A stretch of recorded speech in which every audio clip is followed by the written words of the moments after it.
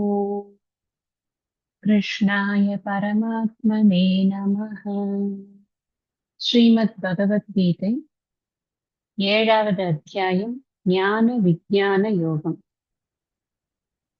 பகவான் ஸ்ரீ கிருஷ்ணர் அர்ஜுனனுக்கு ஞானத்தையும் அதற்கு மேல் இருக்கக்கூடிய விஞ்ஞானத்தையும் மேலான அறிவையும் கொடுப்பதற்காக இந்த அத்தியாயத்தை ஆரம்பிச்சிருக்கார். முதல்ல சொன்னார், என்னையே சார்ந்திருந்து என் மீது சார்புள்ள ஒரு மனதோடு இருந்து நீ என்னையே ஆசிரயித்துக் கொண்டு இருக்கும் பட்சத்துல உனக்கு சந்தேகத்துக்கே இடமில்லாமல் நான் இந்த அறிவை புகட்டப் போகிறேன், அதை நீ நன்றாக கேட்பாயாக. ஃபர்ஸ்ட் கண்டிஷன், நீ உன்னோட மைண்ட் எப்படி வச்சுக்கணும் அப்படின்னு. எங்கேயாவது யோசனை பண்ணிட்டே இருந்து நீ இதையும் கேட்கலான்னு வராதப்பா. நான் சொல்றேன் இல்லையா, நான் என்னை பத்தி சொல்ல போறேன், ரொம்ப முக்கியமான விஷயம் அது. சாதாரணமா யாருக்கும் புரியக்கூட புரியாது. பகவானை பத்தி ஒண்ணு சொல்றது அப்படின்னு சொன்னா சொல்றதுக்கு புண்ணியம் வேணும், கேட்கறதுக்கு பல மடங்கு புண்ணியம் வேணும். ஒரு விஷயம் நம்மளுக்கு கேட்கறதுக்கு கிடைக்கிறது, அதுவும் ரொம்ப உயர்ந்த விஷயம் அப்படின்னு சொன்னா பொதுவா அதனுடைய உயர்வு தன்மை ரொம்ப சுலபமா கிடைச்சிட்டா அது தெரியவே தெரியாது. தானே கிடைக்கிறது என்ன பெரிய விஷயம், தான் இருக்கேன், அவைலபிளா இருக்கேன் அப்படின்னு நமக்கு தோணிடும். அந்த மாதிரி எங்கேயான இதான் எதிர்க்க உட்கார்ந்துருக்கானே எப்ப வேணா சொல்லுவானோ அப்படின்னு நினைச்சுட்டாத. நீ என் மீது மனதை வைத்துக் கொண்டு இத பத்தி கேளு, ரொம்ப முக்கியமானது இது அப்படிங்கறதுனால அதை முதல்ல எம்பசைஸ் பண்ணி சொல்றார் பகவான். நான் ரெண்டையுமே சொல்ல போறேன்ப்பா உனக்கு. ஞானம் என்றால் என்ன, விஞ்ஞானம் என்றால் சவிஞ்ஞான ஞானம் இது. அதாவது மிகவும் உயர்ந்த ஞானம். அந்த ஞானத்தை ஐயம் திரிபு அற உனக்கு நான் கொடுக்க போகிறேன். இதை நீ அறிந்து கொண்டா உனக்கு என்னப்பா பிரயோஜனம் கிடைக்கும்னா, வேற எதையாவது அறிஞ்சுக்கணும்ன்ற ஆர்வமே முதல்ல உனக்கு வராது. ஏன்னா இருக்கிறதெல்லாம் தெரிஞ்சுட்டா மாதிரி ஒரு நிறைவு தன்மை வரும். பகவான் நிறைவானவர், அவருக்கு குறையுள்ள மனம் அப்படிங்கிறதே கிடையாது. குறையுள்ள மனம் கொண்டது இந்த ஜீவன் தான். ஜீவன் தான் என்ன பண்றது, பகவான் கிட்ட போய் எனக்கு இதை கொடு அதை கொடு, எனக்கு வீடு கட்டணும், பணம் கொடு, படிக்கணும், வாய்ப்பு கொடு, எனக்கு எங்கேயான பேர் எடுக்கணும், அதுக்கு எனக்கு புகழ் வேணும், ஏதோ ஒரு காரணத்திற்காக இந்த ஜீவன் தான் போய் உட்கார்ந்து கொண்டு குறையுள்ள மனம் இருக்கிற காரணத்தினால அந்த குறையை நிவர்த்தி பண்ணிக்கிறதுக்காக கேட்டுட்டே இருக்கு. எங்கேயான ஒரு கதை இருக்கா பகவான் போய் பிரார்த்தனை பண்ணினார் அப்படின்னு? இப்படி கிடையாது இல்லையா. ஏன்னா பகவானுக்கு குறையுள்ள மனம் என்பதே கிடையாது, அது நிறைவான மனம். கேட்பதை எல்லாம் கொடுப்பார், ஆனா தகுதி அறிந்து கொடுப்பார். அதுதான் அந்த பகவானுடைய ஒரு ஸ்பெஷாலிட்டி. எல்லாமே நம்ம ஒரு பிளைண்ட் ஃபோல்டா போய் புரிஞ்சுக்க முடியாது. சில விஷயங்களை ரொம்ப ஆழமாக இதுதான் ஈஸ்வரனுடைய ஸ்வரூபம், இதுதான் ஈஸ்வரனுடைய சுபாவம் அப்படின்னு நம்ம தெரிந்து கொண்டு அதற்கு பிறகு ஈஸ்வரனை நாம் அறிந்து அன்பு செலுத்த வேண்டும். அதுக்காக தான் பகவான் தன்னை பற்றி இங்கு சொல்லணும், அதுவும் கொஞ்சம் கூட மிச்சம் மீதி இல்லாம எல்லாத்தையுமே சொல்லி கொடுக்கணும் அப்படின்னு பகவான் நினைக்கிறதுக்கு காரணம், இதை அறிந்து கொண்டால் அவனுக்கு இதற்கு மேல் அறிந்து கொள்ள வேண்டும் என்ற எண்ணம் எதுவும் ஏற்படாது. அந்த அறியாமை இருக்கிற காரணத்தினாலதான் எதிர்க்க இருக்கிறவன் தாத்தான்னு தெரியறது, பெரியப்பான்னு தெரியறது, குருன்னு தெரியறது. இவங்களெல்லாம் அடிச்சு போட்டாச்சுன்னா நம்மளுக்கு உறவுகள் இருக்க மாட்டாங்களேன்னு தெரியறது. இது பாப்பம்னு தோன்றது, நான் செய்யறது பாப்பமாச்சே, எனக்கு இதனால நரகம் வருமேன்னு தோன்றது. இதெல்லாம் எதனால தோன்றதுன்னா அறியாமை இருக்கிறதுனால தோன்றும். அறியாமையை போக்குவதற்கு ஒரே வழி அறிவை கொடுப்பது மட்டும்தான். அதனால பகவான் என்ன பண்றார், உனக்கு ஒரு பகுதியான அறிவை கொடுத்தேன், இன்னொரு பகுதியான அறிவை நான் நிச்சயமாக கொடுக்க வேண்டும். அதனால அதை இப்ப நான் கொடுக்கிறேன். இதை கொடுத்தாச்சுன்னு சொன்னா உனக்கு இனிமே டவுட்ஸே இருக்காது, நிச்சந்தேகமாக நீ உன்னுடைய காரியங்களை எல்லாம் பார்க்கலாம் அப்படிங்கிறதுனால 2வதுல சொன்னார். 3வதுல சொன்னார், நீ ஒன்னும் நினைச்சுடாதப்பா, இது ரொம்ப ஈஸி, எல்லாருக்கும் அப்படியே ஜஸ்ட் லைக் தட் வந்துடும் நினைக்காதே. சஹஸ்ரம் அப்படின்னு சொல்றாரு. அதாவது கவுண்ட்லெஸ்ஸா இருக்கு இந்த ஹியூமன் பீயிங்ஸ் அப்படின்னு ஒரு இது ஸ்பீஷீஸ்னு எடுத்துக்கொண்டோம்னா நீங்க என்டையர் எல்லா 14 புவனங்கள்லயும் இருக்கக்கூடிய எல்லா ஜீவர்களையும் எடுத்துக்கலாம். எதை எடுத்துக்கொண்டாலும், எத்தனை பேரை எடுத்துக்கொண்டாலும் அதுல யாரோ கொஞ்சம் பேருக்குத்தான் ஈஸ்வரன்னா யாரு அப்படின்னு தெரிஞ்சுக்கணும்னு ஒரு ஆர்வம் ஒண்ணு லேசா முளை விடுறதுப்பா. அப்படி விடுற கொஞ்சம் பேர் தான் போய் ஒரு குருவை வந்து அடைஞ்சு எனக்கு விஷயங்களை சொல்லி கொடுங்க, என்னால இந்த கண்ணுக்கும் கருத்துக்கும் புலப்படாத அந்த பரம்பொருளை அறிவதற்கு எனக்கு குருவின் துணை வேணும் அப்படின்னு தெரிஞ்சுக்கிறதுக்கே கொஞ்சம் ஜென்மங்கள் ஆயிடுறது நமக்கு. அப்படி ஜென்மங்கள் ஆகி உருண்டோடி போய் காலம் நிறைய ஆனதுக்கு அப்புறமா எப்பயோ ஒரு ஒரு ஒரு சமயத்துல அவனுக்கு அது தெரியறது, ஓகே நமக்கு ஒரு குரு வேணும். அந்த தாபம் வந்து அந்த அந்த வேணும்னு நினைக்கிறது இருக்கு இல்லையா, அந்த வேணுங்கிறது தாபமா மாறுறதுக்கு இன்னும் பல ஜென்மங்கள் ஆயிடுறது. அதனாலதான் பூத ஜென்மங்கள் கோடி புனித நாம் புருடனாமேன்னு சொன்னதுக்கு காரணம் என்ன அப்படின்னா, எத்தனை கோடி ஜென்மங்களால இந்த தாபம் உருவாகிறதுக்கு டைம் எடுத்ததுன்னே தெரியாது நமக்கு. இப்ப இந்த தாபம் உருவானதுக்கு அப்புறமா என்னை பற்றி அறிவு, இறைவனை பற்றி அறிவு, இறைவனுடைய படைப்பை பற்றி அறிவுங்கிற இந்த அறிவை முழுமையாக பெறணும்னு ஒருத்தன் நினைக்கிறானே, அது சகசுரத்துல ஒருத்தன் இருக்கான். அதுல கூட சித்தனாகனா என்ன, நான் சொல்ற விஷயத்தை புரிந்து கொண்டு அதை உள்வாங்கிக் கொண்டு அவன் சாத்தியத்தை அடைந்தவனாக இருக்கிறவன் அதுலயும் ரொம்ப கம்மிப்பா. ரொம்ப ரொம்ப ரொம்ப குறைவான பேர்களுக்குத்தான் இதுல வந்து ஒரு சாத்தியத்தன்மையானது ஏற்படுறது. இப்படி பகவான் சொல்றார் அப்படிங்கறதுனால நம்ம வந்து டிஸ்கரேஜ் ஆகணும்னு அவசியம் இல்லை. ஏன்னா பகவான் சில சமயத்துல இப்படி சொல்லும் பொழுது, ஓகே இது இவ்வளவு ஒரு அபூர்வமான விஷயமா எனக்கு கிடைக்க போறதுன்னு அந்த விஷயத்தின் மேல நமக்கு ஒரு தடவை அப்படி நிமிர்ந்து உட்கார்றதுக்கான ஒரு இதுவாவது வரும். இந்த ஸ்கூல்ல எல்லாம் நீங்க போய் குழந்தைகள்ட்ட எல்லாம் பேச ஆரம்பிச்சீங்கன்னா ஃபர்ஸ்ட் இப்படி உட்காந்துருக்கும், அப்புறம் இப்படி போயிடும். ஸ்ட்ரெயிட் அப்படின்னு உடனே இப்படி திருப்பி இப்படி போயிடும். அந்த மாதிரிதான் நம்மளோட மைண்டுமே கொஞ்ச நேரம் அப்படியே இதுக்கு அட்டென்டிவா கேட்கும், அப்புறம் ஞான பராக்கத்துக்கு போயிடும். அதனால பகவான் சொல்றார், நீ பராக்கத்துக்கு போனியானா இன்னொரு ஜென்மா எடுப்ப பாத்துக்கோ அப்படின்ற அளவுக்கு இதுல வந்து சொல்ற. ரொம்ப கஷ்டம், நிறைய பேருக்கு இது வரதில்லை, வந்தாலும் புரியறது இல்ல. ஏதோ நீ வந்துட்ட, உனக்கு கொஞ்சம் கொஞ்சம் புரியுறது, அதனால நான் சொல்றதெல்லாம் கேளு அப்படின்னு ஆரம்பிக்கிறார். இப்ப பகவான் வந்து இந்த இது வரைக்கும் இந்த 3 ஸ்லோகங்கள் நம்ம படிச்சிருக்கிறது எல்லாமே வந்து இன்ட்ரோடக்ஷன் அப்படின்னு தான் நம்ம எடுத்துக்கணும். பகவான் என்ன சொல்ல போறார் அப்படிங்கிறதுக்கான ஒரு இன்ட்ரோடக்ஷனை அவர் கொடுக்கிறார். பகவான் வந்து அவருடைய பிரகிருதியை பத்தி இப்ப சொல்றதுக்கு ஆரம்பிக்க போறார். அடுத்தடுத்த ஸ்லோகங்கள்ல தன்னை பற்றிய கூறுகள் என்ன அப்படிங்கிறத சொல்ல போறார். நீ பார்த்துட்டு இருக்கியே இந்த கோவில்ல இருக்கிற விக்கிரகம், அந்த அளவோட என்ன நீ முடிச்சுக்காத, அதை தாண்டி என்கிட்ட நிறைய விஷயம் இருக்கு உனக்கு சொல்றதுக்கு, அதெல்லாம் நான் சொல்லணும் அப்படிங்கிறதுக்காக தன்னுடைய பிரகிருதி என்ன அப்படிங்கறத, தன்னுடைய சுவாவம் என்ன அப்படிங்கிற விஷயங்களை எல்லாம் நமக்கு வந்து சொல்ல போற.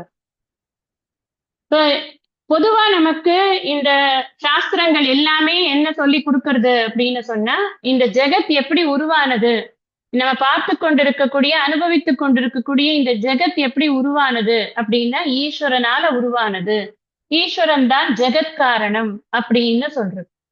பகவான் இந்த இந்த இந்த காரணம் அப்படிங்கிற அந்த அந்த பினாமினனுக்கு என்ன அர்த்தம், எப்படி அது காரணமாக ஆகிறது அப்படிங்கறதான் அடுத்தடுத்தது விளக்க போறார். இந்த காரணம் என்ன, காரியம் என்ன, காரியத்தை விளக்கி காரணத்தையும் விளக்கணும் அப்படிங்கிறது அடுத்தடுத்து வரக்கூடிய ஸ்லோகங்கள்ல இருக்க போகுது. நம்ம ஒரு விஷயம் நன்னா புரிஞ்சுக்க வேண்டியது என்ன அப்படின்னா, இது ஏதோ கிருஷ்ணரே தானா யோசிச்சு இந்த விஷயத்தெல்லாம் சொல்லிட்டாரு அப்படிங்கிறதே கிடையாது. இந்த விஷயங்கள் எல்லாமே வந்து முழுக்க முழுக்க உபனிஷத்துடைய கருத்துக்களை அப்படியே எடுத்து ரிஃப்ளெக்ட் பண்றார் கிருஷ்ணர். அதனாலதான் இத வந்து 5வது வேதம் அப்படின்லாம் சொல்றதுக்கு காரணம் என்ன அப்படின்னா, வேத கருத்துக்களைத்தான் இங்க வந்து எடுத்து சொல்லப்பட்டிருக்கிறது. இந்த 4வது ஸ்லோகத்திலிருந்து 12வது ஸ்லோகம் வரைக்கும் என்ன நாம படிக்கிறோமோ அந்த விஷயங்கள் இந்த 7வது சாப்டர் இருக்கு இல்லையா, அதனுடைய உயிர் நாடி அப்படின்னு சொல்லணும். ஏன்னா அதுதான் பேஸா நம்ம புரிஞ்சுக்க வேண்டியது, பகவானை பத்தி நன்றாக புரிந்து கொள்ள வேண்டிய விஷயங்கள் அங்கதான் கொடுக்கிறார் பகவான். அதை எங்கேருந்து எடுக்கிற சோர்ஸ் எங்க அப்படின்னா, எல்லா உபநிஷதங்கள்ல இருக்கக்கூடிய விஷயங்களை எளிமையா நமக்கு புரியற மாதிரி இங்க கொண்டு வந்து பிரசன்ட் பண்றார் பகவான். ஏன்னா எல்லா உபநிஷத்கள்லயுமே ஒரு விதமாக இந்த கிரியேஷனை பத்தி பேசப்பட்டிருக்கு. இந்த ஜெகத் அப்படிங்கிறது நான் பார்த்து கொண்டிருக்கேனே, நான் என்னால வந்து I can touch and feel this whole creation, அது எப்படி உருவானது அப்படிங்கிற ஒரு கேள்வியானது பொதுவாக எல்லாருக்கும் இருக்கும். அதுக்காக வேண்டிய ஒவ்வொரு உபனிஷத் ஒவ்வொரு விதமாக இந்த கிரியேஷனை பத்தி சொல்றது.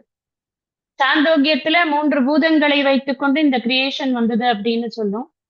மாண்டூக்கியத்துல வேற ஒரு விதமாக கிரியேஷனை பத்தி சொல்லும். அவஸ்தாத்ரய பிரக்ரியால சொல்லும். அதே மாதிரி தைத்திரிய உபநிஷத்துல பஞ்சகோஷ பிரக்ரியான்னு இருக்கு. ஒவ்வொன்றும் ஒவ்வொரு விதமாக சொல்லப்படுகிறது. அது பேர் பிரக்ரியா, மாடல், மெத்தட் அப்படின்னு. இது எல்லாத்தையும் ஒரு விதமா சொல்றது. இங்க பகவான் தன் மாத்திரைகளை விளக்குறதன் மூலமாக சூக்ஷ்மமாக இருக்கக்கூடிய பூதங்கள், பஞ்ச பூதங்களை பற்றி சொல்வதன் மூலமாக இந்த கிரியேஷன் அப்படிங்கிற விஷயத்தை அவர் ஆரம்பிக்கிறார். இப்போ இந்த கிரியேஷன் ஒரு பெரிய டாபிக் தான். ஆனா வேதாந்த சாஸ்திரத்தை பொறுத்தின வரைக்கும் நாம ஒரு விஷயம் புரிஞ்சுக்க வேண்டியது என்னன்னா, இத பெருசா இப்ப நமக்கே தோணும், அது என்ன சாந்தோக்கியத்துல ஒரு மாதிரி சொல்றது, இதுல ஒரு மாதிரி சொல்றது, மாண்டூக்கியத்துல ஒரு மாதிரி சொல்றது, அப்புறம் தைத்திரியத்துல ஏன் ஒரு மாதிரி சொல்லணும், ஏன் ஒன்னா சொன்னா என்ன அப்படின்னு. ஒரு ரிஷிகளுக்கு எப்படி மந்திரங்கள் புரிச்சுதோ அந்தந்த விதமாக அந்தந்த விஷயங்கள் வெளிப்படுத்தப்பட்டிருக்கு அப்படிங்கிறது அடிப்படை உண்மை. இது இப்படி இருக்கிறதுனாலயே நாம ஒரு விஷயம் நம்ம புரிஞ்சுக்க வேண்டியது, நம்ம குருநாதர்கள்லாம் நமக்கு என்ன சொல்லி கொடுத்துருக்கா முக்கியமா அப்படின்னா, இந்த கிரியேஷனுக்குள்ள ரொம்ப மைண்ட போகக்கூடாது. ஏன்னா இது அல்டிமேட்லி அதுக்கப்புறம் இதெல்லாம் சொல்லி முடிச்சுட்டு அதுக்கப்புறம் என்ன பண்ணுவோம்னா, இந்த குழந்தைகள் எல்லாம் நம்ம பீச்சுக்கு கூட்டின்னு போனா அழகா ஒரு பீச் மணல்ல ஒரு கேசல் கட்டும், ஒரு வீட்டை கட்டும். கிளம்பு அப்படின்னு சொன்னா காலால எட்டி ஒரு உதச்சிட்டு பேசாம வந்துடும். அவ்வளவுதான் அதுக்கு வேல்யூ. இந்த கிரியேஷன் அப்படிங்கறத நம்ம எதுக்கு புரிஞ்சுக்கிறோம்னா அதுக்கப்புறம் அதை நெகேட் பண்ண போறோம், அவ்வளவுதான். வேற அந்த கிரியேஷனை வைத்துக்கொண்டு நம்ம எதுவும் இதுல சூப்பரா இருக்கே, ரொம்ப நல்லா இருக்கே, பகவான் இப்படி படிச்சிருக்காரு அப்படின்னு எல்லாம் உட்காந்துட்டு அதுல நம்ம we are not going to enjoy it in any point of time as per Vedanta scriptures. ஏன்னா வேதாந்தத்துல என்ன சொல்றது அப்படின்னா, எதெல்லாம் உருவாக்கப்பட்டிருக்கிறதோ, எதெல்லாம் மேனிஃபெஸ்ட் ஆயிருக்கோ, எதெல்லாம் அறியப்படுகிறதோ அது அனைத்துமே மித்யாதான், சீமிங்லி எக்ஸிஸ்டன்ட். ஒரு நேரத்துல இருக்கிறது மாதிரி இருக்கு, ஆராய்ச்சி பண்ணி பார்க்கும் பொழுது அதற்கு இருப்பு இருக்க மாட்டேங்கிறது. அப்படி இருப்பே இல்லாத ஒரு விஷயத்திற்கு, ஒரு நேரத்தில் மாத்திரம் டெம்பரரி எக்ஸிஸ்டன்ஸ் இருக்கிற ஒரு விஷயத்திற்கு எந்த அளவுக்கு முக்கியத்துவம் கொடுக்கணும் அப்படின்னு சொன்னா, இந்த கிரியேஷன் ஒரு விஷயம் நடந்திருக்கு அப்படிங்கறத புரிஞ்சுக்கிற அளவுக்கு முக்கியத்துவம் கொடுத்தால் போதுமானது அப்படின்னு நாம புரிஞ்சுக்கணும். இந்த கிரியேஷன்ல நம்ம பகவான் இருக்கார், கிரியேஷன்ல பகவான் இருக்கார் சொல்லிடலாம், அவ்வளவுதான். ஆனா எப்படின்னு புரிய மாட்டேங்குது, அதை புரிஞ்சுக்கணும். அதுக்காகத்தான் இங்க கிரியேஷன்ல நான் எப்படி இருக்கேன் அப்படிங்கறத அடுத்த ஸ்லோகத்துல பகவான் விளக்க போறார். நம்ம இப்போ ஸ்லோகத்தை படிக்கலாம். भूमिरापो नलो वायुः खं मनो बुद्धिरेव च अहङ्कार इतीयं मे भिन्ना प्रकृतिरष्टधा. பூமிஹ நிலம், ஆபக நீர், அனலக நெருப்பு, வாயு காற்று, கம் ஆகாசம் வெளி, மனக மனம், புத்தி புத்தி, அகங்காரக ஏவச்ச அகங்காரமும், இதி என்று, மே என்னுடைய, இயம் இந்த, பிரகிருதி பிரகிருதிஹி பிரகிருதியானது, அஷ்டதா 8 விதமாக, பின்னா பிரிக்கப்பட்டுள்ளது. பகவான் நான் எப்படி இருக்கேன் அப்படிங்கிறத இங்க விளக்கறதுக்கு ஆரம்பிக்கிறார். நம்ம இந்த படைப்பு அப்படிங்கிறது 2 விஷயங்கள் இந்த படைப்பில் இருக்கிறது. ஒண்ணு பகவானுடைய இந்த அபரா பிரகிருதி. இப்ப சொன்னது பூரா அபரா பிரகிருதி. அபரா பிரகிருத்தின்னா 2வது நிலைன்னு வச்சுக்கோங்க. இன்னொரு இருக்கு பகவானுடைய பரா பிரகிருதி. பரான்னு சொன்னாலே மேலானது அப்படின்னு அர்த்தம். இந்த பரா பிரகிருதி, அபரா பிரகிருதி, இது 2ம் சேர்ந்ததுதான் இந்த படைப்பு மொத்தமுமே. மே இயம் பிரகிருதி அஷ்டதா பின்னா அப்படின்னு பகவான் சொல்றார். என்னுடைய இந்த பிரகிருதியானது 8 வகையாக பிரிக்கப்பட்டுள்ளது. இந்த இடத்துல அவர் இது அபரான்னு சொல்ல மாட்டார். அடுத்த ஸ்லோகத்துல அது அபரா அப்படிங்கிறத டிக்ளேர் பண்ணு. யூஸ்வலா உபனிஷத்ல எப்படி கிரியேஷனை எக்ஸ்பிளைன் பண்ணிருக்கிறதுக்கு இது என்ன ஸ்டார்டிங் என்ன அப்படின்னா, ஆகாஷாத் வாயுகு அப்படின்னு ஆகாசத்திலிருந்து பூமி வரைக்குமான நுண்மையான பொருட்களிலிருந்து பருப்பொருட்கள் வரைக்குமாக அந்த இது இருக்கும். கிரியேஷனை பத்தின விஷயங்கள் சொல்லப்பட்டிருக்கு. இங்க பகவான் என்ன பண்றார் அப்படின்னா, பூமியிலிருந்து ஆகாசமா போறார், ஆப்போசிட் டைரக்ஷன்ல போறார். அதுக்கு ஒரு காரணம் சொல்றார் தயானந்த் சரஸ்வதி சுவாமிஜி. அவன் என்ன எக்ஸ்பீரியன்ஸ் பண்ணி கொண்டிருக்கானோ அதுல இருந்து அவனுக்கு சொன்னா அவனுக்கு புரியுங்கிறதுனால அவனோட இமீடியட் எக்ஸ்பீரியன்ஸ் வந்து இந்த பருப்பொருளாக இருக்கக்கூடிய பூமியில் முதல்ல இருக்கு. அதுக்கப்புறம் ஒன்னொன்னா சூக்ஷ்மமாக போய்கொண்டிருக்கிறார் பகவான். அதனால அந்த மாதிரி சொல்லியிருக்கார் அப்படின்னு.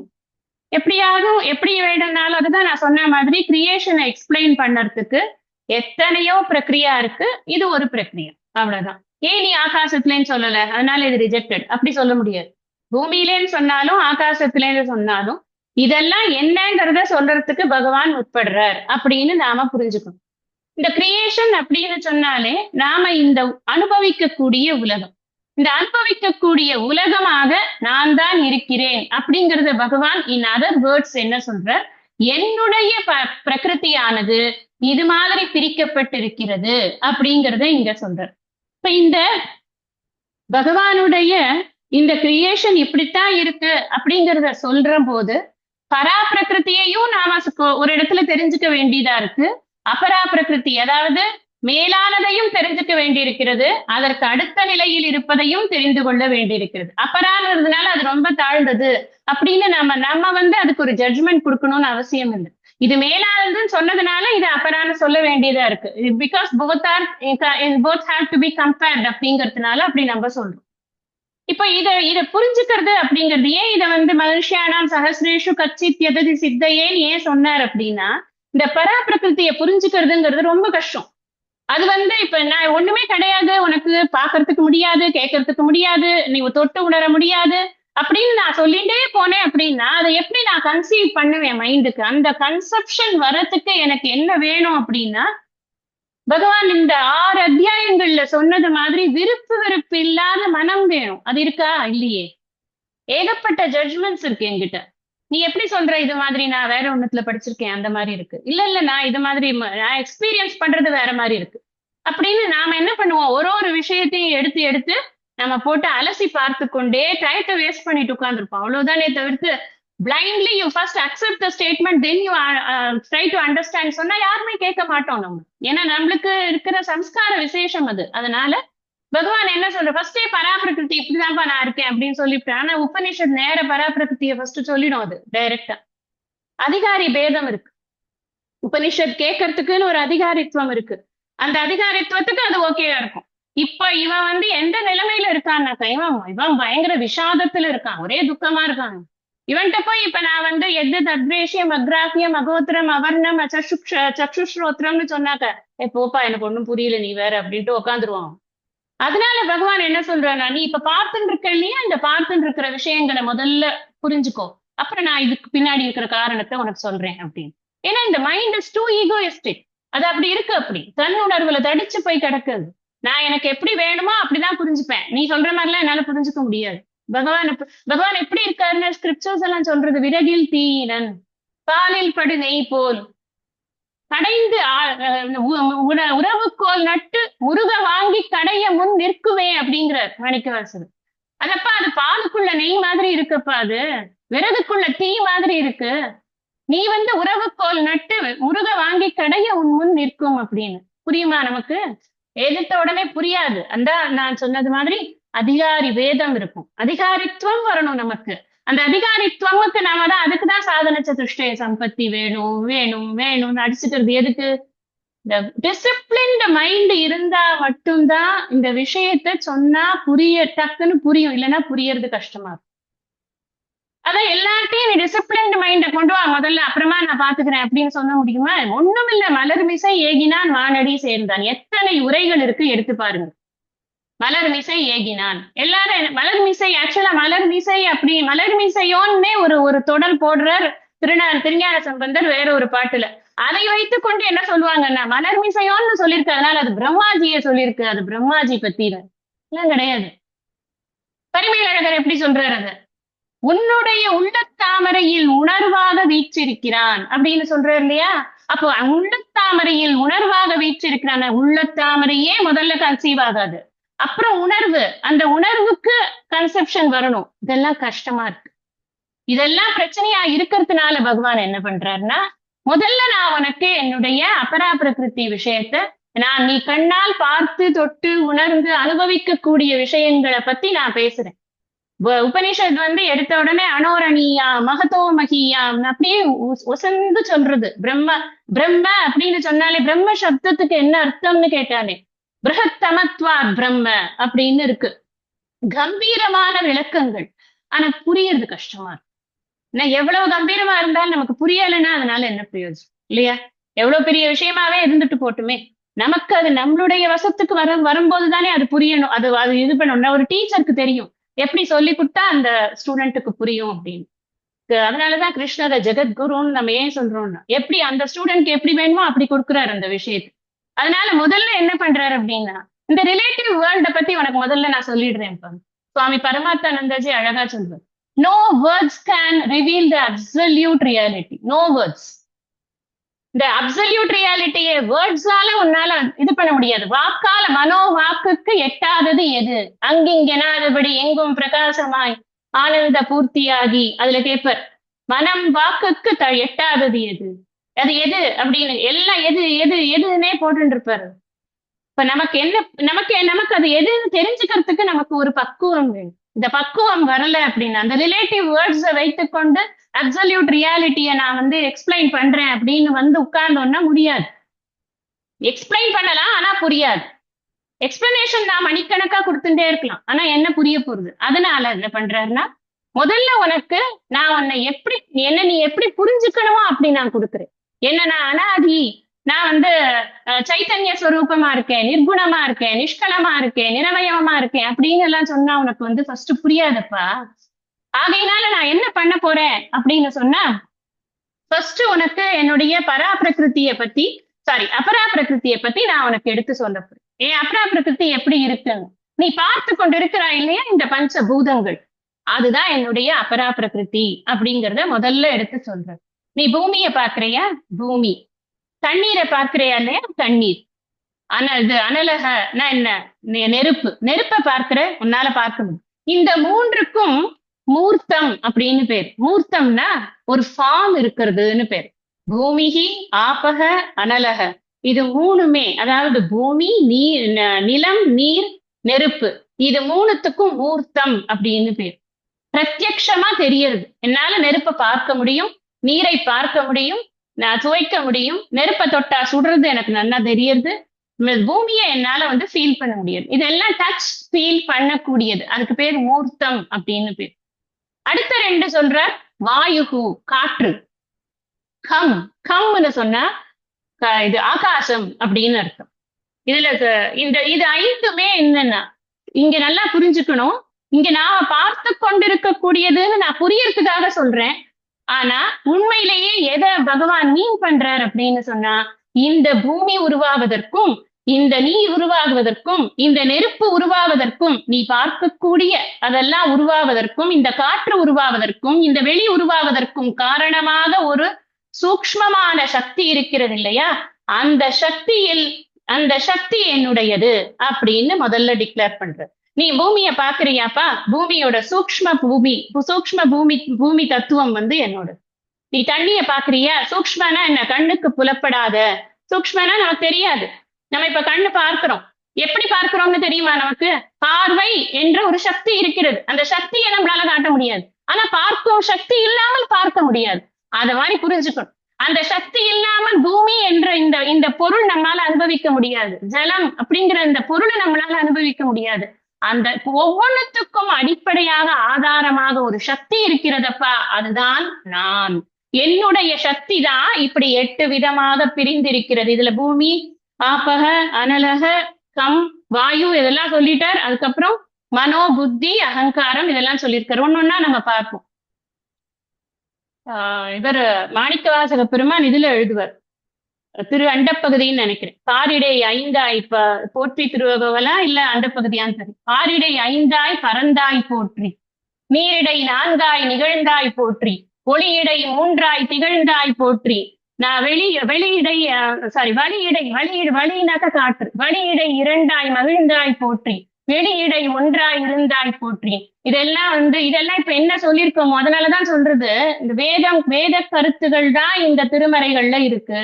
ஏதோ ஒண்ணு புதுசா அவங்களா அப்படி யோசிச்சு அப்படிலாம் இல்ல. இங்க எதுவுமே யாரோட யோஜனையினாலும் வந்த விஷயங்கள் அல்ல. ஒவ்வொரு விஷயமும் சோர்ஸ் எங்கன்னா வேதம் தான், வேற ஒன்னும் சோர்ஸ் கிடையாது. அங்க இருக்கிறதுனால அங்க எப்படி கிரியேஷன் இருக்கோ அந்த கிரியேஷன் எல்லாவற்றிலும் நீயே இருக்கிறாய்ன்னு அவர் அங்க பாடுறாரு இல்லையா. இந்த ஒரு பூதத்துக்கும் ஒரு குணம் இருக்கு. இப்ப இந்த பூமின்னு எடுத்துக்கொண்டா முதல்ல ஆகாசத்துல இருந்து இந்த குணத்தை பார்த்தோம்னா நமக்கு ஈஸியா புரியும். ஆகாசத்துக்கு ஒரு குணம் இருக்கு. அது என்ன அப்படின்னா சப்தம் அப்படிங்கிற குணம் இருக்கு. சவுண்டு நமக்கு கேட்கணும்னா ஸ்பேஸ் இருக்கும். ஸ்பேஸ் இல்லைன்னா சவுண்டு கேட்காது. இது சயின்ஸ்ல இப்ப சொல்றாங்க. ஆனா வேதத்துல முன்னாடியே சொல்லியாச்சு. ஆகாசத்துக்கான குணம் எது அப்படின்னா சப்தம். ஆகாசத்துல இருந்து அடுத்தது வாயு வருது. இந்த வாயுக்கு என்னன்னா இந்த சப்தம்ங்கிற குணத்தை எடுத்துக்கும். அதோட கூட ஸ்பர்ஷம் தொடுதல் அப்படிங்கிற இன்னொரு குணத்தை அது சேர்த்துக்கிறது. சப்தம் ஸ்பர்ஷம் 2 குணம் இருக்கு. எதுக்கு? காற்று வாயுக்கு. வாயுல இருந்து வர்றதுதான் அக்னி. அக்னிக்கு என்ன குணம்னா 3 குணம்.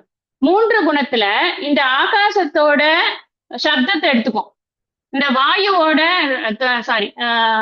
வாயுவோட தொடுதல் அப்படிங்கிற அந்த ஸ்பர்ஷ குணத்தை எடுத்துரும். 3வது ரூபம் அப்படிங்கிற குணத்தை எடுத்துக்க. ரூபம்னா ஒரு ஃபார்ம். You can see. அக்னியை உங்களால ஒரு ஃபார்மா பார்க்க முடியும். நெருப்பு ஜுவாலையா தெரியறது இல்லையா? காற்றுக்கு என்ன ஃபார்ம் இருக்கு? ஆகாசத்துக்கு என்ன ஃபார்ம் இருக்கு? ஆகாசத்துலதான் எல்லாமே இருக்கு. அதுதான் சூக்ஷ்மமான விஷயமே இருக்கிறதுலயே. அதனால ஆகாசத்துலதான் எல்லாமே இருக்கு. காத்துக்கு ஃபார்ம் கிடையாது. அக்னி வரும்போது அது ரூபம் அப்படின்னு இன்னொரு குணத்தை, அப்ப 3 குணம் வந்துடுறது. அடுத்தது ஜலம் வருது. ஜலத்துல என்ன இருக்கு அப்படின்னா இந்த 3த்தையும் அது ஃபர்ஸ்ட் எடுத்துடும். சப்தம் இருக்கும், சப்த குணம் எடுத்துக்கும், தொடர குணம் எடுத்துக்கும், இந்த ஸ்பர்ஷ குணத்தை எடுத்துக்கும், அப்புறம் ஃபார்ம் அந்த குணத்தை ரூப குணத்தை எடுத்துக்கும். அதோட கூட ரசம்னு ஒரு குணம் எடுத்துக்கும். ரசம் அப்படின்னா டேஸ்ட். ரசம் அப்படிங்கிறது அப்ப அது தண்ணீர் நெருப்ப சுவைக்க முடியாது, தண்ணீரை சுவைக்கலாம். அதனால தண்ணீர்ல சுவைன்னு ஒரு விஷயத்த சேர்க்கணும். அடுத்தது என்ன? பூமி. இந்த பூமி வரைச்ச என்ன பண்றது? கிராசல் ஃபார்மா வந்துடுறது. மொத்தமா கிராஸ். கேஸ், லிக்விடு, இது சாலிடு, அப்படி ஸ்டேட்ஸ் இருக்குல்ல, அதெல்லாம் சயின்ஸ்ல கண்டுபிடிச்சது. இதெல்லாம் நம்ம இதுலயே இருக்கு, கிரியேஷன்லயே இருக்கு. இப்ப சாலிட் ஸ்டேட் வருது. சாலிட் ஸ்டேட் வரும்போது என்னென்ன இருக்கு? இந்த 4 குணமும் வந்துடுறது. ஆகாசத்தினுடைய சப்த குணம், வாயுவினுடைய ஸ்பர்ஷ குணம், நெருப்பினுடைய ரூப குணம், ஜலத்தினுடைய ரசகுணம். அது 10வதுன்னு இங்க கந்தம்னா நுகர்ச்சி இருக்கு இல்லையா, வாசனை, அதையும் எடுத்துக்க. பூமியில மழை தண்ணீர் பட்டா நம்மளுக்கு ஒரு வாசனை தெரியறதா இல்லையா? மண் வாசனை சொல்றோம். மண் வாசனை என்பது மண்ணின் குணம். ஆகையினால இந்த ஒன்னொன்னு இதெல்லாம் நம்ம பார்க்க முடியுமா? இதுக்கு வாசனையை காமிங்க. யூ ஷோ மீ தி வாசனை. அப்பதான் என்னால புரிஞ்சுக்க முடியும்.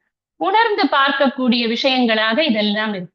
இது எல்லாமே என்ன அப்படின்னா இந்த சூக்ஷ்மமான பஞ்சபூதங்கள் அப்படின்னு சாஸ்திரம் சொல்றது. இந்த இது இருக்கு இல்லையா, ஆகாசம், வாயு, அக்னி, ஜலம், பூமி, இது எல்லாமே இந்த முதல்ல உருவாகிறது எப்படி அப்படின்னா சூக்ஷ்மமா தான் அது உருவாகுது. அதுக்கப்புறமா தான் அதுக்கு ஸ்தூலத்தன்மை அப்படிங்கிறது ஏற்படுறது. அதனால இவர் என்ன சொல்றாரு அப்படின்னா இந்த என்னுடைய அப்படின்னு சொல்லும் பொழுது இந்த தூய உணர்வாக இருக்கும் என்னுடைய அப்படின்னு புரிஞ்சுக்கணும். பகவான் ஸ்ரீகிருஷ்ணருடைய அப்படிங்கிறது இல்ல. பகவான் ஸ்ரீகிருஷ்ணங்கிறது ஒரு ஃபார்ம். அந்த ஃபார்முக்கு ஆதாரமா இருக்கக்கூடிய பரபிரம்மமாக இருக்கக்கூடிய தூய உணர்வு இருக்கே, அதை பத்தி இங்க பேசிக்கொண்டிருக்கிறார். அதற்கு பிரகிருதியானது இந்த மாதிரி 8 விதமாக பிரிக்கப்பட்டிருக்கிறது அப்படிங்கிறத சொல்றார்.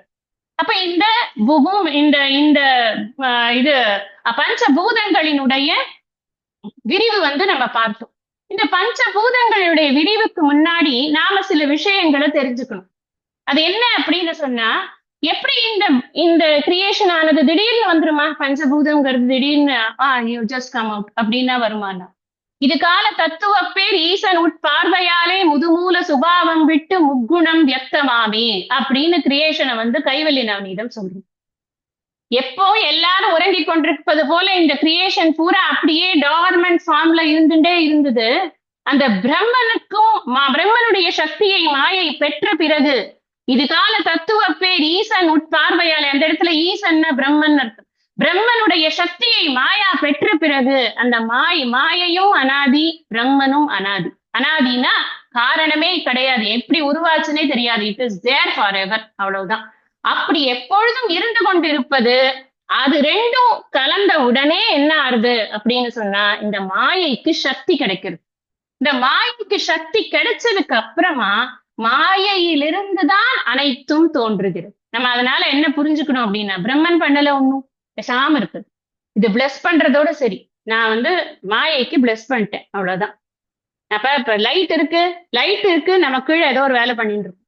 வேலை நம்மளோடது, லைட் வெறும் லைட்டை தான் கொடுக்குறது. அந்த மாதிரிதான் இந்த பிரம்மன் பாட்டுக்கு இருக்கு. அதனுடைய சக்தியை இரவல் வாங்கி வைத்துக் கொண்டு இந்த மாயை என்ன பண்றதுன்னா கிரியேஷனை ஸ்டார்ட் பண்றது. இப்படி ஸ்டார்ட் பண்ற கிரியேஷன்ல மாயை முக்குணம் வியக்தமாமே சொன்னேன்னா, முக்குணம்ங்கிறது என்னது? சத்வகுணம், ரஜோகுணம், தமோகுணம், திரிகுணாத்மிகா மாயா அப்படின்னு மாயைக்கு ஒரு பேர். இந்த பிரம்மனுக்கும் மாயைக்கும் வித்தியாசங்கள் இருக்கு. பிரம்மன் ரெண்டும் அனாதியா தான் இருக்கு. ரெண்டும் காரணமிற்றதா தான் இருக்கிறது. ரெண்டும் எப்பொழுதும் இருந்து கொண்டிருந்தாலும் கூட இந்த பிரம்மன் சேத்தனமானது, அதாவது சைத்தன்யம் இருக்கு. அதுல ஒரு லைஃப் இருக்கு, லைஃப் ஃபோர்ஸ் இருக்கு அதுல. ஆனா மாயைங்கிறது ஜடம். அது தனியா இருந்தா அதால எதுவுமே பண்ண முடியாது. அது இந்த பிரம்மனோடு சேர்ந்தாதான், பிரம்மனிடமிருந்து அந்த சக்தியை பெற்றால் மட்டும்தான் அதனால கிரியேஷன்ங்கிறத பண்ண முடியும். அதை பெற்ற உடனே அதற்கு 3 குணங்கள் வியக்தமாறுது அப்படின்னா வெளிப்படுகிறதுன்னு அர்த்தம். அதனாலதான் மாயைக்கு ஒரு பேரு அவ்வியக்தம் அப்படின்னு. வெளிப்படாத இருக்கும் பொழுது அது அவ்வியக்தமாக இருக்கிறது. வியக்தம்னா manifested, that which has come out for seeing or enjoying whatever it is. ஆனா அன்மேனிஃபெஸ்டட் அப்படின்னா அவ்வியக்தமா இருக்கு, உள்ளுக்குள்ள சீட் ரூபத்துல இருந்துட்டே இருக்கு அப்படின்னு மாயை பொதுவா அப்படி இருக்கு. அதுக்கப்புறம் பிரம்மனோட அதற்கு ஒரு சக்தி கிடைத்ததுக்கு அப்புறமா அங்கிருந்து அதுக்கு 3 குணங்கள் வெளியில வரும். அந்த 3 குணங்கள் வெளியில வரும்போது முதல்ல சத்வகுணம் வரும்.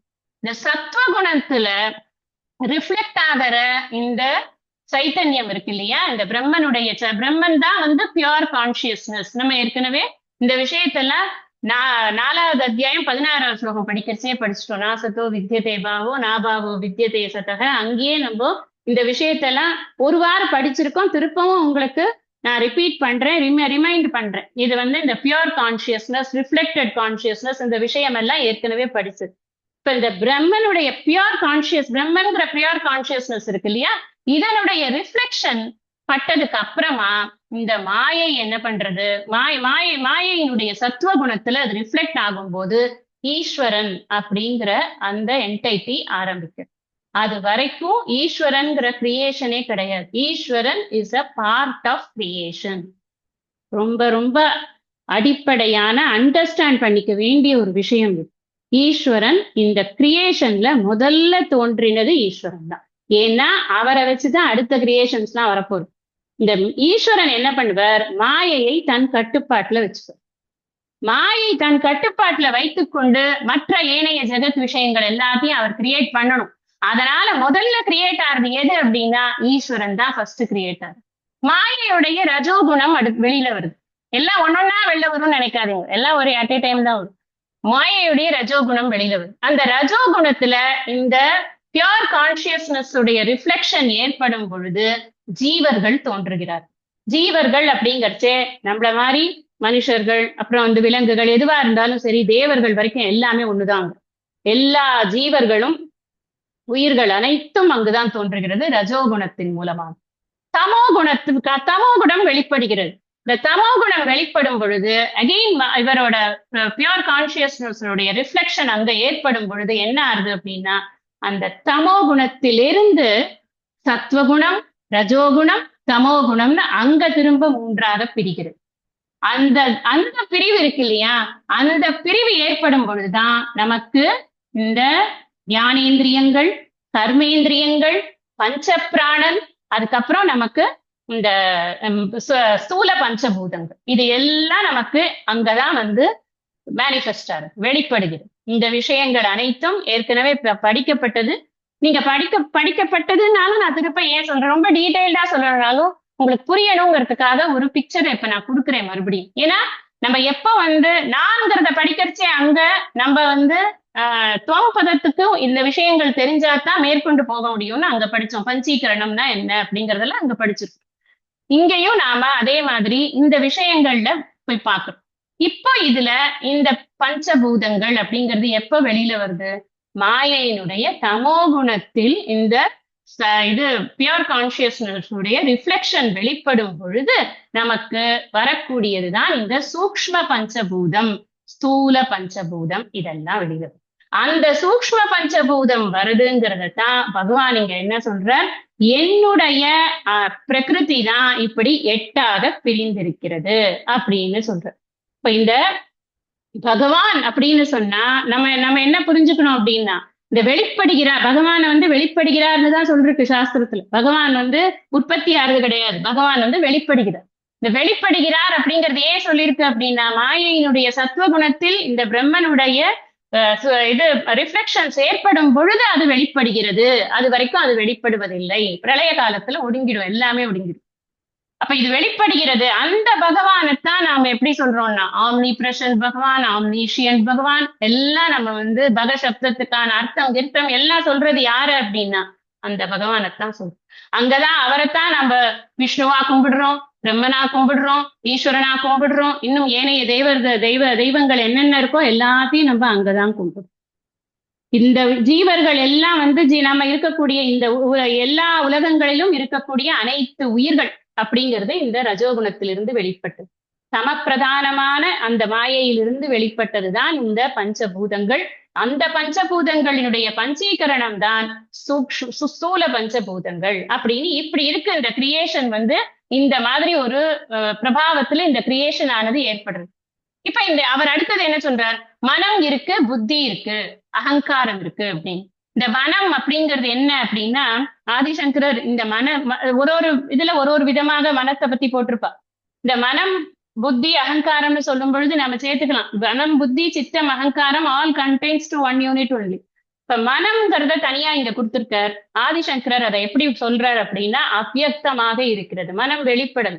நல்லா புரிஞ்சுக்கோங்க ஒரு விஷயம், இவை அனைத்தும் இதுல இருக்கு, கிராசல் லெவல்ல நான் சொல்லிட்டு இருக்கேன். இது வந்து மேக்ரோ காசம், எல்லா சமஷ்டியில பேசிட்டு இருக்கேன், வெஷ்டியில பேசல. வெஷ்டினா ஒரு சிங்கிள் பர்சனுக்குன்னு இல்ல, எல்லா உலகத்திலையும் இது இருந்து கொண்டிருக்கு. இந்த பூமி தத்துவம், இந்த வாயு தத்துவம், இந்த இது ஆகாச தத்துவம், இதெல்லாம் தத்துவங்கள் அப்படின்ற அடிப்படையில நம்ம பேசிக்கொண்டிருக்கிறோம்.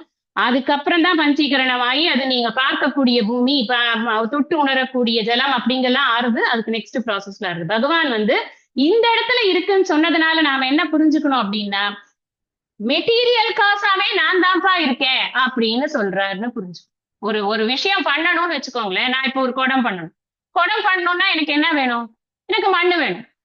இந்த மண்ணை நான் பிசைஞ்சு இந்த வீல்ல வச்சு ஒரு போட்டு அந்த குடம் பண்ற அறிவும் எனக்கு வேணும். பகவான் எப்படி இருக்காருன்னா, இப்ப நம்ம குடம் பண்றது அப்படின்னு எடுத்துட்டா, குடம் மண்ணுங்கிறது தனி, பானை பண்றவருங்கிறது தனியா இருப்பார்.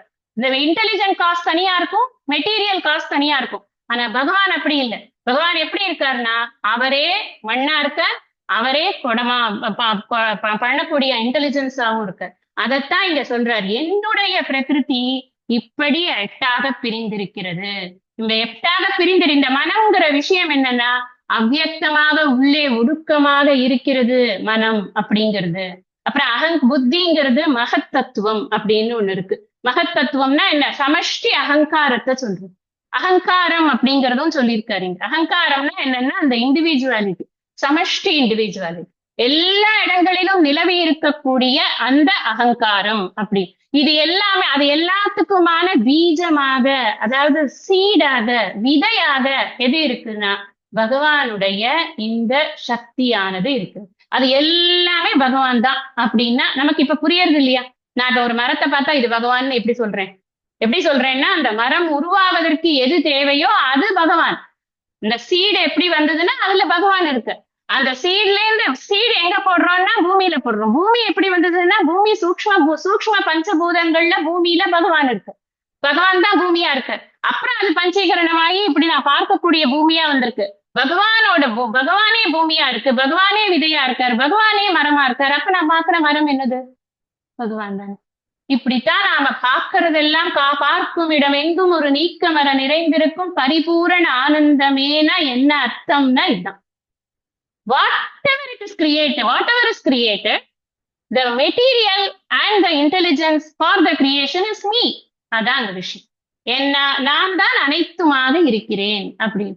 இதை நம்ம ஒரு உதாரணம் சொல்லி உபனிஷத் விளக்கும். எப்படி அப்படின்னா, இப்ப நானே எப்படி எனக்கு மெட்டீரியலா இருக்க முடியும், நானே எப்படி இது பண்ண முடியும் அப்படின்னு நமக்கு தோணும். எப்படிங்க பண்ண முடியும், நீங்க என்ன ரூபா குத்தனமா பேசிட்டு இருக்கீங்க, நமக்கு ஒரு பொம்மை பண்ணணும்னா ஒரு சாமான் வேண்டாமா அப்படின்னு நமக்கு தோணும் இல்லையா? அதுக்குதான் உபனிஷத் ஒரு உதாரணத்தை கொடுக்கறது. உபனிஷத் ஒரு உதாரணத்தை கொடுக்கறதுன்னா நீங்க இன்னொரு விஷயம் யோசிச்சு பார்க்கணும். உபனிஷத் அந்த உதாரணத்தை எங்கே இருந்து கொடுக்கறதுன்னா சேம் கிரியேஷன்ல இருந்து கொடுக்கறது. அப்ப இந்த கிரியேட்டர் இதை கிரியேட் பண்ணும் பொழுது தன்னை பத்தி புரிஞ்சுக்கிறதுக்கு இந்த கிரியேஷன்லயே ஒரு உதாரணத்தை வச்சிருக்கான்னா அவன் எவ்வளவு பெரிய ஆளா இருக்கும்.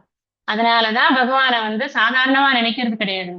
நம்ம தூக்கி மேலேயே வைக்கிறோம் அப்படின்னு இந்த அறிவு அப்படிங்கிறது நம்மளால நம்ம கண்ணுக்கும் கருத்துக்கும் எட்டவே முடியாத அறிவு. என்ன உதாரணம் சொல்லியிருக்குன்னா, ஸ்பைடர், அந்த ஊர்ணநாபி அப்படின்னு சான்ஸ்கிரிட்ல அதை சொல்றது. ஊர்ணநாபின்னா எட்டுக்கால் பூச்சி. இப்ப எட்டுக்கால் பூச்சி ஒரு வலைய பின்றது. இந்த வலை எப்படி பின்றதுன்னா ரொம்ப ஃபைன் சில்கி மெட்டீரியல்னால அது பின்றது அப்படின்னு.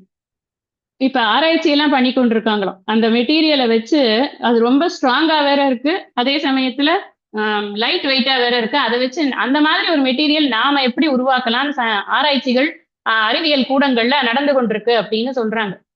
அது இருக்கட்டும், அது ஒரு விஷயம். இப்ப என்ன பண்ணிருக்கு, எதுக்காக இந்த உதாரணத்தை எடுத்திருக்கிறார் பகவான், எடுத்திருக்க உபனிஷத்து? இந்த ஸ்பைடர் தனக்கு ஒரு வீடு கட்டிக்கிறது. இந்த வீட்டுக்காக இது போய் இப்ப குருவி எல்லாம் போற மாதிரி போய் ஒரு குச்சியா எடுத்துன்னு வீடு கட்டுறதானா கிடையாது. இதுக்கு ஒரு வீடு வேணும், ஸ்ட்ராங்கா வேணும், வந்தா பூச்சி மாட்டணும், எல்லாம் இருக்கு அதுகிட்ட செட்டப் எல்லாம். இது என்ன பண்றது, தன்னோட வயத்துல இருந்தே ஒரு லிக்விட உற்பத்தி பண்ணி அதுல இருந்தே என்ன பண்றதுன்னா ஃபுல்லா வீட்டை கட்டிடுறது. அந்த வீடு யார் நினைச்சாலும் அந்த மாதிரி ஒரு டிசைன்ல கட்ட முடியாது. எல்லாமே அவ்வளவு பர்ஃபெக்டா பண்ணி வச்சுக்கிறது. அந்த இன்டெலிஜென்ஸ் எங்கேருந்து வந்தது? Spider tech. மெட்டீரியல் எங்கேருந்து வந்தது? Spider tech. எப்படி ஸ்பைடர் வீட்டை தானே தன்னுடைய மெட்டீரியல் என்று கட்டிக்க முடியறதோ, அது மாதிரி இந்த பிரபஞ்சத்தை சிருஷ்டி பண்றதுக்கு இறைவனே உபாதான காரணமாகவும் நிமித்த காரணமாகவும் இருக்கிறான் அப்படின்னு உபனிஷத் சொல்றது. உபாதான காரணம் அப்படின்னா மெட்டீரியல் காஸ் அப்படின்னு அர்த்தம். இப்ப பானை செய்யறதுக்கு களிமண் வேணும்னு சொல்றோம் இல்லையா? களிமண் இஸ் மெட்டீரியல், அதுதான் உபாதான காரணம். பானை செய்யறதுக்கு ஒரு இன்டெலிஜென்ஸ் வேணும்னு சொல்றோம் இல்லையா? அந்த இன்டெலிஜென்ஸ் தான் இது நிமித்த காரணம். அவன் நிமித்தமாகத்தான் அது நடக்கிறது. Because of him only it happen. அதுதான் பகவான் தான் இங்க நிமித்தமாகவும் இருக்க, உபாதான காரணமாகவும் இருக்க. இங்க ஒரு விஷயம் புரிஞ்சுக்கணும்.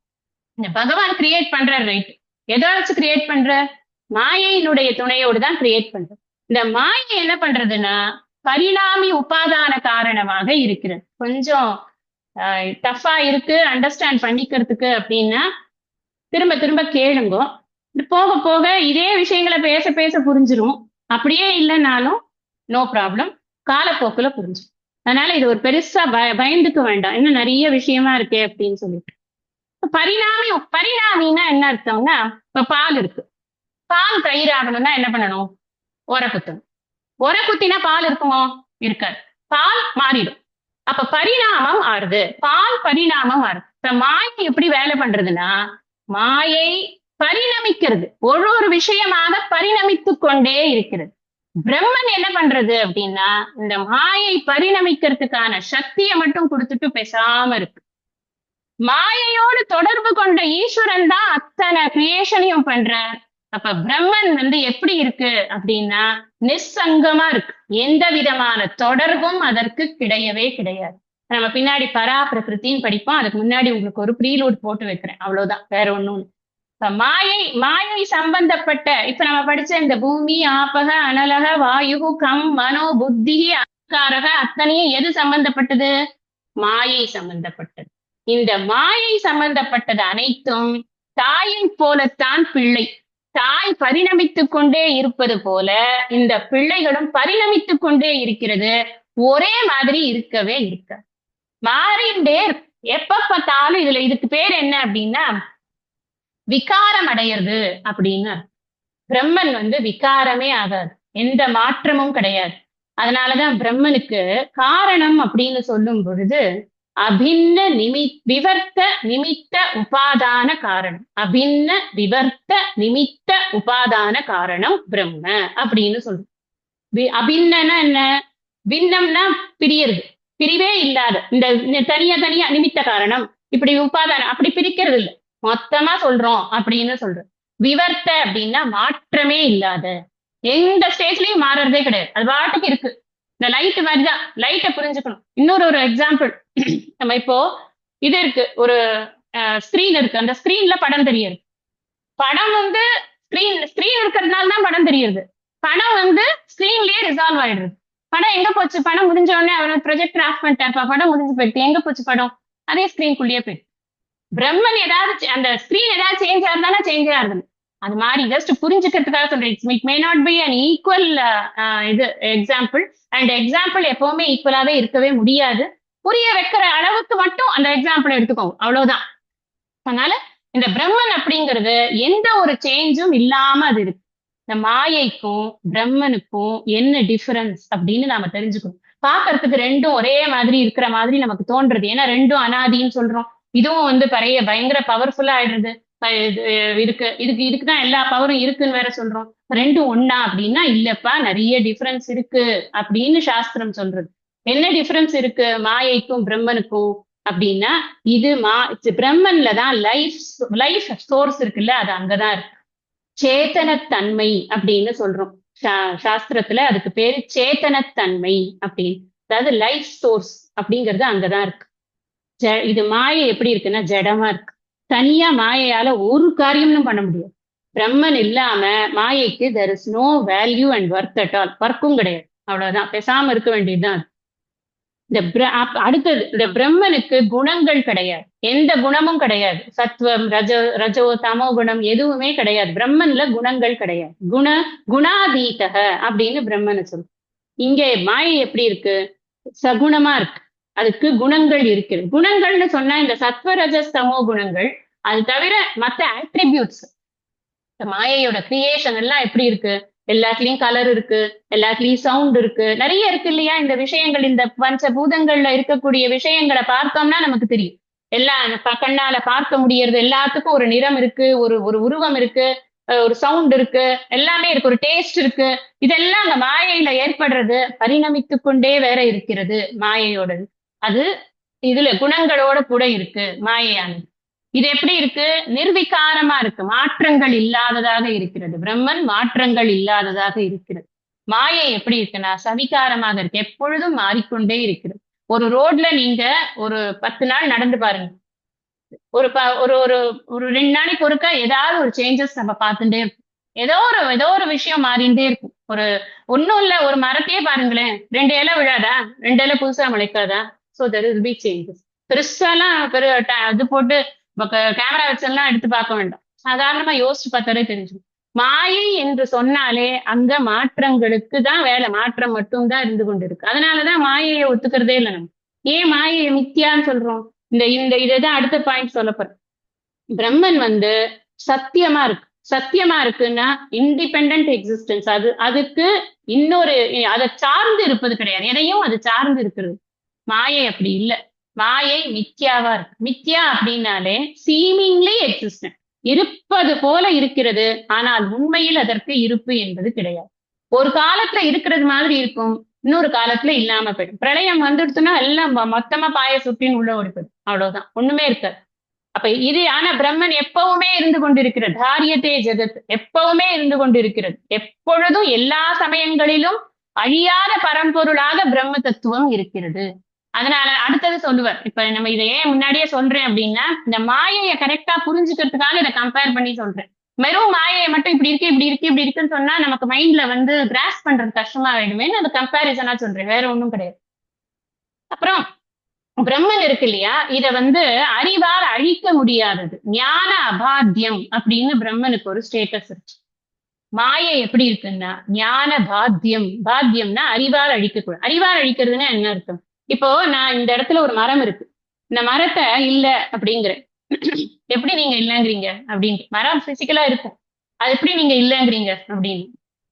இப்ப இருக்குப்பா, கொஞ்ச நாள் கழிச்சு இருக்காது இல்ல, ஒரு 200 வருஷம் முன்னாடி இங்க மரமா இருந்தது இல்ல இல்ல, அப்ப இங்க வேற ஏதோ தானே இருந்தது, அப்ப இது இல்ல தானே, இப்ப இல்ல, பின்னாடி இருக்க போறது இல்ல, இப்ப மட்டும் இருக்கிறதா நான் ஏன் எடுத்துக்கணும்? ஆதவ் அந்தேச்ச என் நாஸ்தி வர்த்தமானேபி தத்ததா அப்படின்னு கௌடபாதகாரிக்கு அதுதான் மாயையோட பிரபாவமே. அதுதான், எப்போ ஒரு காலத்துல இல்ல, இப்ப அப்ப பின்னாடி ஒரு காலத்துல இருக்காது, இப்ப மட்டும் எப்படிப்பா இருக்கும்? அறிவால் அதனுடைய இருப்பை நான் அழிக்கிறேன். அறிவால் அழிப்பதுன்னா இதுதான். ஆனா பிரம்மன் அப்படி சொல்ல முடியாது. ஏன்னா எப்போ அப்ப என்ன இல்லையோ அப்பவும் பிரம்மன் இருந்தது, பின்னாடி எப்போ இருக்காதோ அப்பவும் பிரம்மன் இருக்கும், இப்ப என்ன இருக்கோ அதுக்கும் பிரம்மன் இருக்கு. அப்ப பிரம்மன்கிறது மாத்திரம் அழிவுங்கிறதே அதுக்கு கிடையாது, அது எப்பொழுதும் இருந்து கொண்டிருக்கு. ஆனா மாயை அப்படி இல்லை. மாயை இஸ் கம்ப்ளீட்லி ரிலேட்டிவ். அது ஒரு காலத்துல இருக்கு, இன்னொரு காலத்துல இருக்கிறது இல்ல, அப்படிங்கிறது தான் இந்த மாயையினுடைய விஷயமே. நான் இந்த 5 தத்துவங்கள், 8 தத்துவங்கள் இருக்கு இல்லையா, இந்த பூமி ராப்போ அனலக வாயு கம் மனோ புத்தி அகங்காரம், இது எல்லாமே இந்த 8 தத்துவங்களுமே பகவானுடைய அபரா பிரகிருதி அப்படின்னு சொல்லப்படும். அடுத்தது சொல்லுவார், இதுதான் என்னுடைய அபரா பிரகிருதி அப்படின்னு.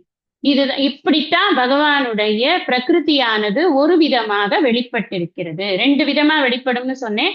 பரா பிரகிருதி ஒண்ணு, அபரா பிரகிருதி ஒண்ணு. முதல்ல எடுத்துக்கொண்டது அபரா பிரகிருதி. அந்த அபரா பிரகிருதிக்கு 5 விதமான சூக்ஷ்ம பூதங்கள் பிளஸ் மனம் புத்தி அகங்காரம், இவை அனைத்தையும் என்னுடைய பிரகிருதியின் வெளிப்பாடுகள் அப்படின்னு பகவான் சொல்லியிருக்கார் அப்படின்னு இந்த ஸ்லோகத்துல நாம புரிஞ்சுக்கிறோம். இந்த அளவுல நான் இன்னைக்கு வகுப்பை நிறைவு பண்றேன். மேற்கொண்டு இருக்கக்கூடிய கருத்துக்களை நாம் அடுத்த சத்சங்கத்துல படிக்கிறோம். ஐயனே எனதுள்ளே நின்று அனந்த ஜென்மங்களாண்ட மெய்யனே உபதேசிக்க வெளிவந்த குருவே போற்றி.